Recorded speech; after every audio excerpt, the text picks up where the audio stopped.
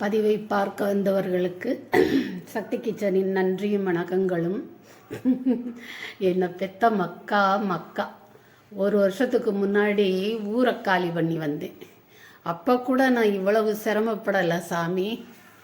இப்போ இந்த வீடு மாறி வர்றதுக்கு நான் பட்ட பாடு இருக்கே சொல்ல முடியாது.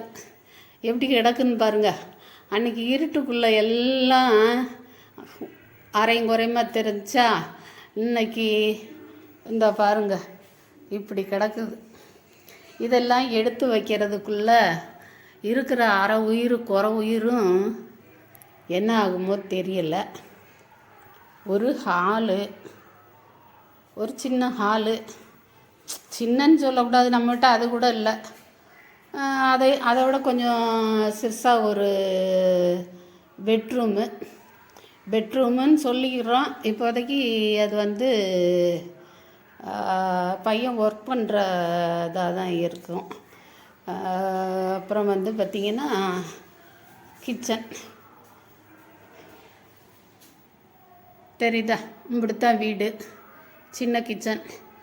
அதில் முந்தா நாள் நான் மட்டுமே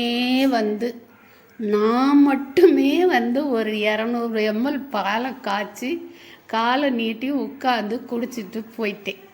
சாமிக்கு வச்சுட்டு அப்புறம் அதை நானே குடிச்சிட்டு போயிட்டேன்னு பார்த்துக்கங்க. என் கூட அன்னைக்கு இருந்தவங்க இவங்க 2 பேர் தான். விநாயகப் பெருமானும் எங்கள் குலதெய்வமும் இவங்க 2 பேர் தான் என் கூட இருந்தாங்க. அன்றைக்கி நான் கொண்டு வந்தது இந்த 2 சுவாமி படங்களும் கொஞ்சம் உப்பு பாயிட்டு வரும்போதே வாங்கிட்டு வந்தேன். கொஞ்சம் விரலி மஞ்சள் வாங்கிட்டு வந்தேன், துவரம்பருப்பு வாங்கிட்டு வந்தேன், அப்புறம் அரிசி கொஞ்சோண்டு எடுத்துகிட்டு வந்தேன். அன்னைக்கு முந்தா நாள் வாங்கின பூ கூட அந்த பாக்கெட்டில் அப்படியே கிடக்கு பாருங்களேன். இதெல்லாம் இன்னும் இருக்கிற சாமிமாரெல்லாம் எடுத்து வைக்கல. இன்னும் முந்தா நாள் வச்ச மேனிக்கே இருந்துச்சு. நேற்று வீட்டில் ஆள் இல்லாதனால நான் அந்த பழைய வீட்லேயே இருந்தேன். இப்போ பையன் வந்ததுனால அள்ளி கொண்டு வந்து போட்டிருக்காங்க. அவ்வளோதான், அள்ளி கொண்டு வந்து போட்டதோட அவங்க கடமை முடிஞ்சு போச்சு. இதெல்லாம் செட் பண்ண வேண்டியது என் வேலை. ஆனால் பாருங்கள், கால் தாங்க முடியாத குடையுது, கால் முழங்கால் குடையுது, என்னமே செய்ய முடியாது, அப்படியே படுத்துடணும் போல் இருக்குது. அதில் ஒன்று பாருங்கள், படுத்தா அப்படியே கட்டில் தலையை சாய்ச்ச உடனே கிருன்னு தலை ஒரே சுத்துது தலை. அப்புறம் நிமிர்ந்த பிறகு வீடு ஆடி ஒரு நிலைக்கு வருது. இது பார்த்திங்கன்னா இந்த டேபிளுக்கு பின்னாடி கிடக்குது பாருங்கள். இந்த டேபிளே ஒரு சீட்டு கட்டினேன். அந்த கட்டின சீட்டுக்கு என்ன வாங்கிறதுன்னு தெரியாமல் சரி அந்த டேபிளையாவது தூக்கிட்டு வருவோன்னு எப்போவோ தூக்கிட்டு வந்தேன். வேணும்னு வாங்கலை, அது சும்மா ஒரு சீட்டு கட்டியிருந்தேன். வேணாம் எதுக்குன்னு தோணுச்சு, அதை தூக்கிட்டு வந்தேன். அதுக்கு பின்னாடி இருக்குது பார்த்திங்களா, அது ஒரு தனியாக ஒரு குளியல் அறை மட்டுமே இருக்குது. ஒரு குளியல் அறை மட்டும் அது தனியாக இருக்குது. அதுக்கப்புறம் பார்த்திங்கன்னா அந்த பெட்ரூம்னு சொன்னேன்ல, அதில் bathroom, attach bathroom, rest room இருக்குது. சொல்ல முடியாது, சொன்னா நேரில் பார்த்திங்கன்னா மூர்ச்சை ஆயிடுவீங்க. மனுஷங்க இருந்தவங்க என்ன சாப்பிட்டாங்கன்னே தெரியல. கொடுமை. எத்தனை வருஷம் இருந்தாங்களோ ஒரு நாள் கூட ஒரு ப்ரெஷ்ஷை பிடிச்சதில்லை போல இருக்குது. இப்படிலாம் கூடவா செய்வாங்க? வீடு வாசலை சுத்தம் இல்லாமல் போட்டுட்டு போகலாம், சரி, டாய்லெட்டை அந்த மாதிரி பண்ணி போட்டுட்டு போகலாமா? வர்ற மனுஷங்க நம்மளை பற்றி என்ன நினைப்பாங்கன்னு சொல்லி ரொம்ப கன்றாவியாக இருக்குங்க. நேற்று பாலை காய்ச்சி குடிச்சிட்டு வீட்டுக்கு போய் அங்கே வீட்டுக்காரர்கிட்ட முறையிட்டுட்டு வந்தேன். நான் வீட்டுக்காரர்கிட்ட முறையிட்டுட்டு வந்தேன். அவர் சரிம்மா க்ளீன் பண்ண ஆள் அனுப்பி விட்றேன்னாரு. நான் அதோட வீட்டை பூட்டிட்டு அங்கே போயிட்டேன். அந்த பழைய வீட்டுக்கு போய் அங்கேயே படுத்துட்டேன். அங்கேயே படுத்துட்டேன். இப்போ இன்னைக்கு காலையில் கூட பார்த்திங்கன்னா நான்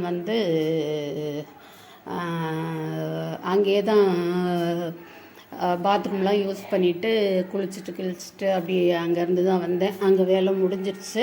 இங்கே பார்த்திங்கன்னா நல்ல டவுன் ஒரு மாதிரி நெருக்கடியான இதாக இருக்குது. நான் பார்த்த டவுன் வேறு, நான் சின்ன வயசில் சென்னையில் பார்த்த டவுன் வேறு. இப்போவும் அங்கே இதை விட மோசமாக இருக்கும்னு நினைக்கிறேன். அவ்வளோ ஒரு நெருக்கடியான இடங்களாக இருக்குது. அடுக்கடுக்காக வீடுகள், ஒரு மூச்சு விடக்கூட இடம் இல்லை. அந்த நம்ம மூச்சு விட்டோம்னா அது திரும்ப நம்மளே தான் சுவாசிக்கணும் போல இருக்குது. அங்கே இருக்குது பாருங்கள் அடி பைப்பு, அந்த வீட்டில் இருந்த மாதிரியே. இது காலையில் 6 to அந்த வீட்டில் 24 மணி நேரம் தண்ணி வரும். அதுவும் நான் ஒரே ஒரு ஆள் தான், எப்போ வேணாலும் அடிச்சுக்கிடுவேன். தேவைன்னா அடிப்பேன், இல்லைன்னா இருக்கும் அடிக்க மாட்டேன். தண்ணி செலவாச்சுன்னா அடிப்பேன், இல்லைன்னா அடிக்க மாட்டேன். இங்கே வந்து ஒரு 4 வீடு இருக்குது. எங்கள் வீட்டுக்கு பக்கத்தில் ஒருத்தவங்க இருக்காங்க, மாடியில் ஒருத்தவங்க இருக்காங்க. அது ஆனால் 1 மணி நேரம் தான் தண்ணி வரும் போல் இருக்குது. நாங்கள் 24 மணி நேரமும் தண்ணி வரும். அது நீங்கள் எப்போ இஷ்டமோ எனக்கு அப்போ அடிப்பேன்.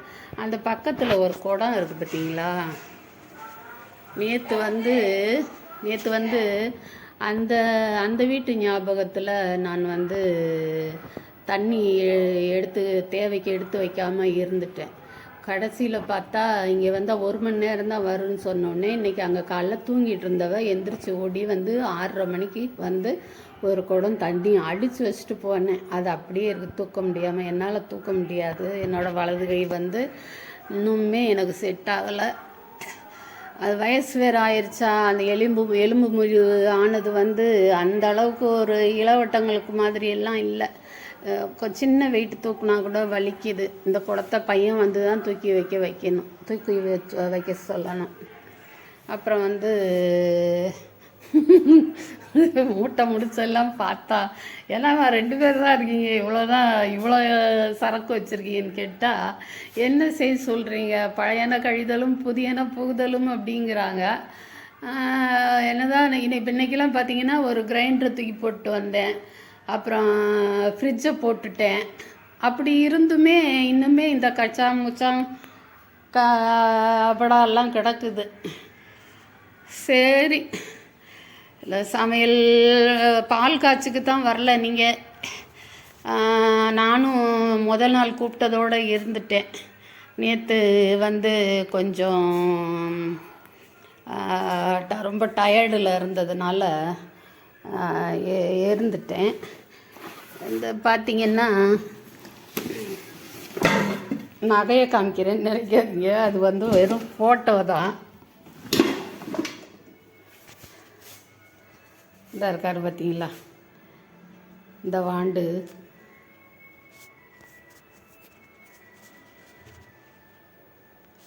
என்னோட பேரன், மூத்த பேரன். அவனுக்கு அப்புறம் இன்னொருத்தன் இருக்கான். இது வந்து அவனோட ஒரு வயசில் எடுத்த ஃபோட்டோ, அவங்க வீட்டில் வச்சு எடுத்த ஃபோட்டோ அது. இன்றைக்கும் அவனை இந்த சென்டரில் இருக்கு பார்த்தீங்களா, படுத்திருக்கார் இல்லையா, அந்த ஃபோட்டோவை காமிச்சு கிண்டல் அடிப்பேன் நான். சொன்னால் அவனுக்கு வர்ற கோபம் இன்ன விதம்னு இருக்காது. சின்ன பிள்ளையில தானே அப்படி ட்ரெஸ் இல்லாமல் இருந்திருக்கோம்.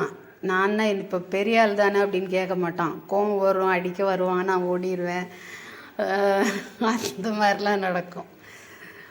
ஷேம் பப்பி ஷேம் அப்படி கிண்டல் அடிப்போம். அப்புறம் பார்த்திங்கன்னா இதில் நான் ஆசையாக இந்த பொங்கலுக்கு வாங்கின மண்பாத்திரங்கள். என் பையனுக்கு கோபம், அவ்வளோ ஒரு கோபம். என்ன உங்களுக்கு சும்மா இருக்க முடியலையா, இருக்கிற இது பத்தாதுன்னு இன்னும் மாற்றி இப்படி வாங்கி பண்ணுறீங்களேம்மா அப்படின்னு சொல்லும். நான் ஒன்றும் பெரிய பித்தளை பாத்திரங்கள் இல்லைன்னா நான்ஸ்டிக்கு அது இதுன்னு வாங்கலை. ஏதோ மண் பாத்திரங்கள் ஆசையாக இருக்குது, அது வாங்கினேன். அதுக்கு கோவம்னா கோவம், அவ்வளோ கோவம். வீடுக்கு வீடு மாற்றிக்கிட்டு இப்படி இருக்க வேண்டியதாக இருக்குன்னு. அதாவது குத்து விளக்கெல்லாம் தூசியாக ஆயிடுச்சு, ஒரே தூசி படிஞ்சிருச்சு. தேய்க்கணும். ஒரு 2 நாளைக்கு என்னை எந்த விதமான டிஸ்டர்பன்ஸும் இல்லாமல் இருந்துச்சுன்னா கொஞ்சம் கையை நீட்டி மடக்கி நீட்ட தான் முடியுது, மடக்க முடியல. அவ்வளோ ஒரு வலி. எதையோ நினச்சி எதையோ பேசிக்கிட்டு இருக்கிறேன் நான்.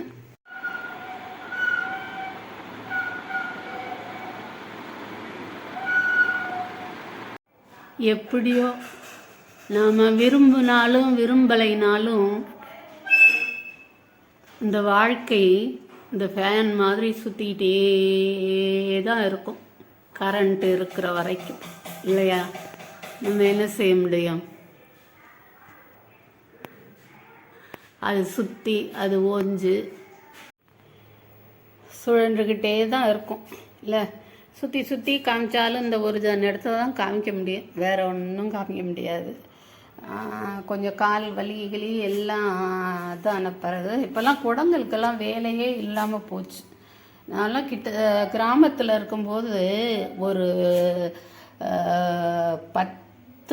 10 இல்லை, ஒரு 20 குடமாவது வச்சுருப்போம். ஏன்னா அங்கெல்லாம் அப்போல்லாம் இந்த டேங்க்கு மேலே நீர்நிலை தொட்டி, மேல்நிலை தொட்டின்னு கீழ்நிலை தொட்டின்னு எதுவும் கிடையாது. ஏதோ புண்ணியத்துக்கு இந்த காவேரி கூட்டு குடிநீர் திட்டம்னு ஒன்று வந்துச்சு. அதில் பார்த்திங்கன்னா இந்த ஒரு மூடை வேற இருக்கு பாருங்க, எப்பா அதில் அந்த பைப்பு வச்சு விட்டாங்க. அது தொட்டிக்குள்ளே விழுகும். நாங்கள் தண்ணி அள்ளி அப்படியே குடம் பேரல் இந்த மாதிரி நிறச்சிக்கிருவோம். அதனால் குடங்கள் நிறைய இருந்துச்சு. அப்புறம் இங்கே அப்புறம் அங்கேயே கொஞ்ச நாளில் இந்த வேறு வீட்டுக்கெல்லாம் போன பிறகு பார்த்திங்கன்னா உங்களுக்கு இந்த வசதி எல்லாமே அங்கேயும் வந்துருச்சு. அதனால் அந்த குடங்கள் எல்லாம் மேலே தூக்கி போட்டேன். இருக்கட்டும், ஒரு 3-4 குடம் மாதிரி இருக்கட்டும் அப்படின்னு சொல்லிட்டு தூக்கி போட்டேன். அதில் பார்த்திங்கன்னா அது அப்படியே தூசி அடித்து போய் இருக்குது. இது இந்த பித்தளை பாத்திரங்கள் பாருங்கள், இதெல்லாம் இந்த தைப்பொங்கலுக்கு நான் க்ளீன் பண்ணவே இல்லை. வேறு சமைக்கிற மாதிரி பாவலா பண்ணுறதுக்கு கூட வழி இல்லை. ஏன்னா கடையில் தான் வாங்கி சாப்பிட்றோம் 2 நாளாக. நேற்று பையன் ஊருக்கு போயிடுச்சு. நான் நானே மனசார கடையில் சாப்பாடு வாங்கிட்டு போய் சாப்பிட்டேன். ஏன்னா எனக்கு அங்கே வீட்டில் சராக்கு எல்லாத்தையும் மூட்டை கட்டுறதுக்கு சரியாக இருந்துச்சு. அப்புறம் அது இன்னைக்கு எல்லாத்தையும் ஏற்றி அனுப்பியிருக்கு பாருங்கள். அவ்வளோதான். எதையும் இன்னும் நான் எடுத்தும் வைக்கல, ஒன்றும் வைக்கலை, அப்படியே சும்மா இருக்குது. சாப்பாடு வாங்கிட்டு வர போயிருக்கு. சாப்பிட்டுட்டு கொஞ்ச நேரம் ரெஸ்ட் எடுத்துட்டு, இந்த வெள்ளை அடித்ததில் கூட அந்த ஓரத்தில் அப்படியே தான் கரையாக இருக்கும். எடுத்துட்டு நேற்று பார்த்திங்கன்னா ஒரு நிறகுடத்து தண்ணி வைக்கணும்னு சொல்லுவாங்க ஒரு நல்ல விசேஷங்கள்லாம்.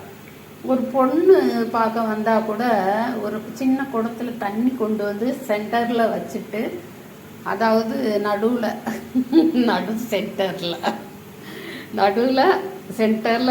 சென்டரில் வச்சுட்டு சுற்றி தான் பெரியவங்க உட்காந்து பேசுவாங்க. இது இங்கே உள்ள பழக்கம். அது மாதிரி ஒரு நிறைகுடத்து தண்ணி எடுத்து வைக்கணுங்கிறதுக்காக நான் என்ன பண்ணேன், இந்த சின்ன குழங்காமல் இருந்துச்சு, அது லேசாக சும்மா ஸ்க்ரப்பர் போட்டு கழுவிட்டு இது நிறைய தண்ணி வச்சுருந்தேன். அப்புறம் இதில் பாலை காய்ச்சினதும் தண்ணி குடிக்கிறதுக்கு கொதிக்க வைக்க ஒரு பைப்பில் பிடிச்சிட்டு கொதிக்க வச்சு குடிச்சிட்டு அது இங்கேயே வச்சுட்டு நான் வீட்டுக்கு போயிட்டு அங்கே அடி பம்பில் தண்ணி அடித்து நான் பச்சை தண்ணியே தான் குடிச்சிட்டு இருந்தேன். அது என்ன வேலை செய்ய போதோ தெரியல. சரி, சுற்றி காமிச்சாலும் இதே தான், வேறு ஒன்றும் வழி இல்லை.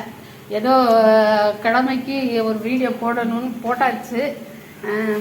முடிச்செல்லாம் எப்போ தான் க்ளீன் ஆகுமோ சொல்ல முடியாது. அதுக்கப்புறம் தான் அடுத்த வீடியோ. எப்படினாலும் ஏதாவது ஒரு வழியில் நாளைக்கு சந்திக்கலாம். சரியா? போயிட்டு வருவா. நாங்கள் ஐயா என்ன சத்தம் வந்துடல. நாங்கள் இந்த வீட்டுக்கு புதுசாக வந்த மாதிரி நீங்கள் இந்த சேனலுக்கு புதுசாக வந்தவங்களாக இருந்தால் ஒரு சப்ஸ்கிரைப் பண்ணிவிட்டு எனக்கு ஒரு லைக்கும் போட்டுருங்க. லைக் போட மாட்டீங்க தெரியும். சப்ஸ்கிரைப் பண்ணுறவங்களும் ஏதாவது ஒரு தாராள மனசுக்காரவங்க போடுறீங்க.